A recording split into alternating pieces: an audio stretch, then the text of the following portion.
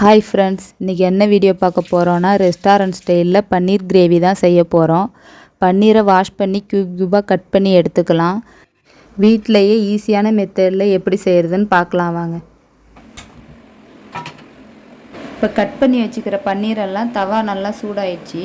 இப்போ எண்ணெய் ஊற்றி நல்லா பொரித்து எடுத்துக்கலாம். பொன்னிறமாக பன்னீரை பொரித்து எடுத்துக்கிற அளவுக்கு எண்ணெய் சேர்த்துக்கோங்க. இப்போ எண்ணெய் நல்லா சூடாயிடுச்சு.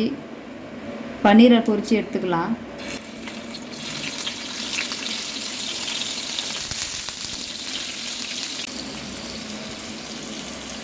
இப்போ பன்னீர் இந்த ஸ்டேஜுக்கு வந்தோடனே எடுத்துருங்க எண்ணெயிலேருந்து.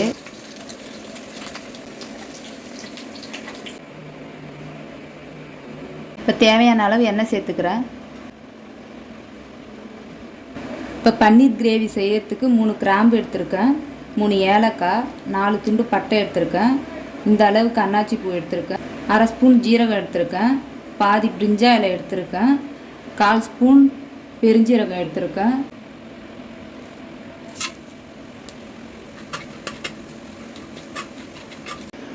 மூணு வெங்காயம் கட் பண்ணி வச்சுருக்கேன், 3 பச்சை மிளகாய், 2 தக்காளி கட் பண்ணி வச்சுருக்கேன். இப்போ இதெல்லாம் எண்ணெய் கூடவே சேர்த்துக்கலாம்.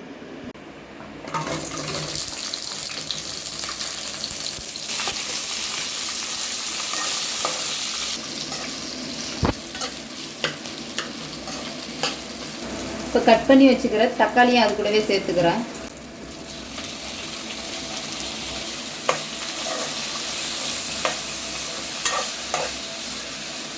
இப்போ பச்சை மிளகாய் சேர்த்துக்கிறேன். இந்த ஸ்டேஜுக்கு வந்தோன்னே அடுப்பை ஆஃப் பண்ணிடுங்க. இதை ஆற வச்சு நல்லா அரைச்சி எடுத்துக்கலாம்.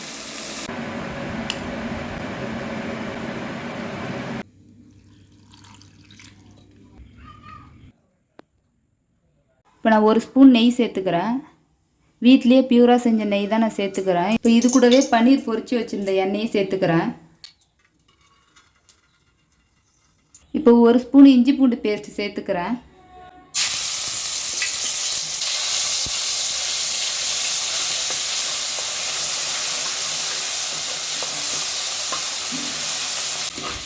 இஞ்சி பூண்டு பேஸ்ட்டு எண்ணெயிலே நல்லா பச்சை வாசனை போகிற வரைக்கும் வதக்கி விட்டுக்கோங்க. இப்போ வீட்டிலே அரைச்ச தனியாத்தூள் 1 ஸ்பூன் சேர்த்துக்கிறேன், பெருமிளகாத்தூள் 1/2 ஸ்பூன் சேர்த்துக்கிறேன், மஞ்சத்தூள் 1/4 ஸ்பூன் சேர்த்துக்கிறேன். இந்த எண்ணெயிலே நல்லா மிக்ஸ் பண்ணி விட்டுக்கோங்க. அடுப்பு சிம்மிலே வச்சு வதக்கி விட்டுக்கோங்க. இப்போ அரைச்சி வச்சுக்கிற மசாலாவை இது கூடவே சேர்த்துக்கிறேன்.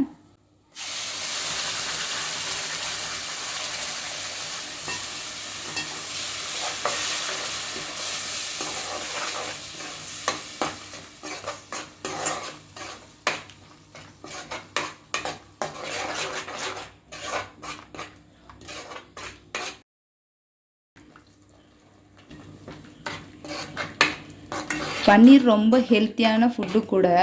இந்த மாதிரி டிஃப்ரெண்ட் மெத்தடில் நிறைய வீடியோஸ் போடுறோம். நீங்களும் கண்டிப்பாக வீட்டில் ட்ரை பண்ணி பாருங்கள். இப்போ கிரேவிக்கு தேவையான அளவு உப்பு சேர்த்துக்கிறேன்.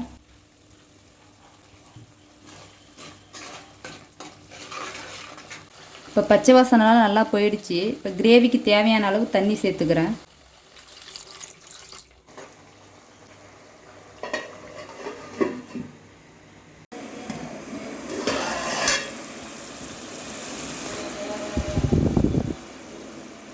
பச்சை வாசனைலாம் நல்லா போயிடுச்சு. இப்போ இது கூடவே வறுத்து வச்சுக்கிற பன்னீரை சேர்த்துக்கலாம்.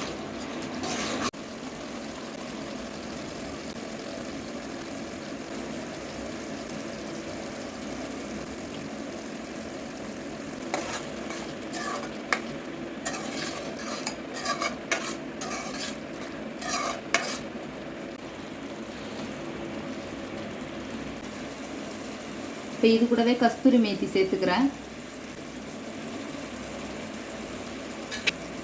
இப்போ பொடிசாக கட் பண்ணி வச்சுக்கிற கொத்தமல்லியை தூவிக்கிறேன் இது கூடவே.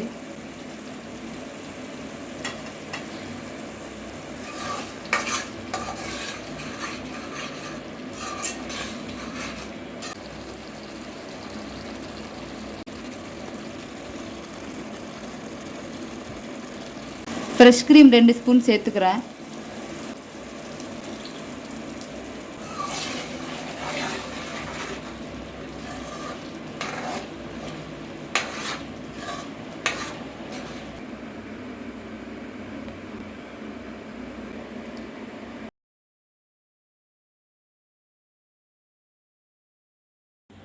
ரொம்ப ரொம்ப டேஸ்டியான ஹெல்த்தியான பன்னீர் கிரேவி ரெடி ஆயிடுச்சு.